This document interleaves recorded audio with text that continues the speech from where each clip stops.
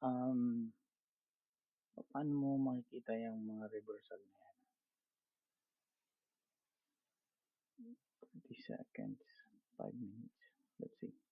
Let's see kung makuha ko. Ma-figure out natin, ha? Ito.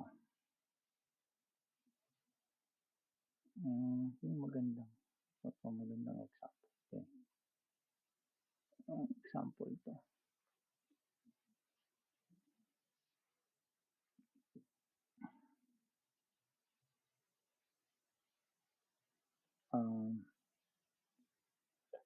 Yan. So, hindi pa ito nagsara. Hanapan natin ang umpisa. Ito ang umpisa ng EMA.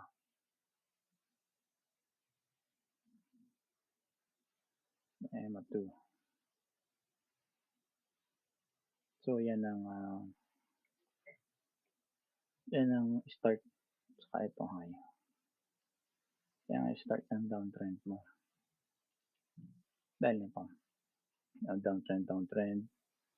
Downtrend. And then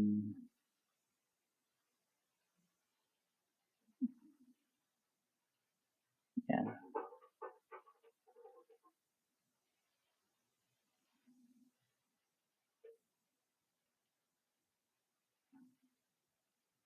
So, paano mo malalaman kung tapos na yung trend mo?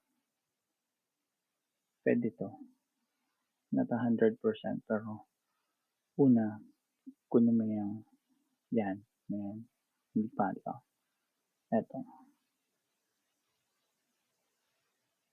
Ito. Yan. First one is may kita mo meron ka doon. Ito.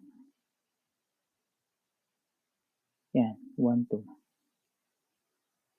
Diba? EMA confirmation mo. 1, 2. So, isa yan. Pangalawa, ito. Nakita ka nito. Bullish yan. Bullish trend yan eh.